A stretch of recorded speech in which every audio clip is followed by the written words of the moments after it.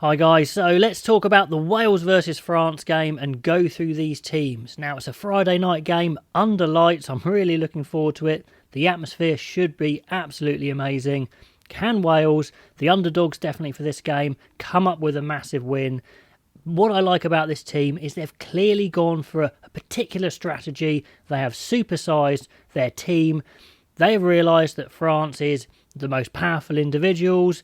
No, they hit really hard in defence and they rush in defence. And if they're going to win, the game line battle, get some go forward ball, they need to be big and strong. Will it work?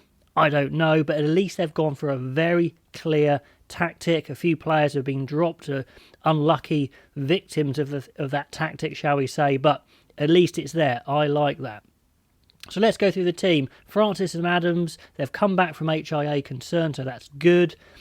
Thomas gets a start at the loose head, so that's a big start for him. Wyn Jones has been dropped down to the bench. Elias stays as hooker. Still think he's a little lucky to stay there. Lake's got to be close, but he bides his time. Francis, like I said, overcomes HIA to start at tight head. That's big for him. He's been very good in the scrum, and they've got a massive job on their hands, of course. In the second rows, the obvious Rowlands and Beard, the ever-present in this Six Nations, very much an established pairing. Now into the back row where it's all changed on the flanks, they've gone for the size and the strength. Seb Davies drops down there. He's played back row before, so he'll be fine in knowing what to do, but maybe not quite as quick as the other options. Moriarty, unlucky to miss out. He's not a small guy, but not quite as big as Davis. So, there's players around that do this. In a lot of other nations, we see Laws and Atoje for England, Skinner, Byrne for Ireland. They all flip between second row and back row, so it's certainly not an unheard of idea. And I think it's worth a go. What have they got to lose, to be honest? Navidi gets rushed back and straight into the team at 7. He's often played 6, but he's a very good 7, and he's a big, strong 7. And again, Basham unlucky not to start, but they've gone with that strategy.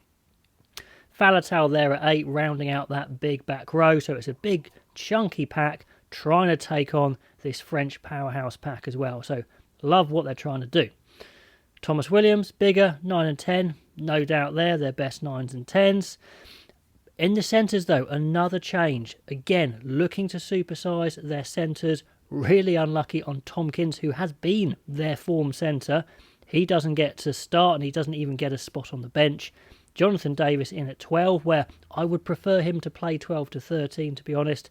And Owen Watkin, who's a big lad, defends very well at 13. Maybe trying to shut off that area for the French. Certainly going for their biggest, best defenders in the midfield. And then on the wings, we see Adams, Cuthbert and Liam Williams again retained as their first choice. But on the bench, we do see Lewis Rees-Zammit, who is a sub who I had called for in my selection as that bit of X-factor on the bench. Maybe gives them a little less of, room for manoeuvre. They're going to have to play around with who would cover the centres. It looks like it's probably going to be Adams, so that's quite interesting, but at least they're going for broke there, getting all the weapons out there, getting Rees-Zammit on the bench, and again, tough call on Tompkins not to make the bench. Anyway, then the bench there, as we see, mentioned most of them there. Morgan on the bench there, and Moriarty, so 2 back rows, because of course Seb Davis can cover second row, so I like what they've done there. Some speed to come on as well. Hardy, who played well last game, and Anscombe and Rees-Zammit. So, is this strategy going to work for Wales? I don't know, but I like the way they're just going for it. In the French team, a few changes, only one to the actual starting 15, but it's a good one, with Villiers fit to come back in. Had a fantastic start to the Six Nations. Unfortunately, they lose Pinot, their other superstar wing, but Moefana will move across to cover him, who's a super strong runner. So no real problems there. The pack incredibly settled by Marchand Antonio, the huge front row. Woki and Willemse, who really dovetail well in the second row. Across Gelange and Aldrit, who's particularly playing very well.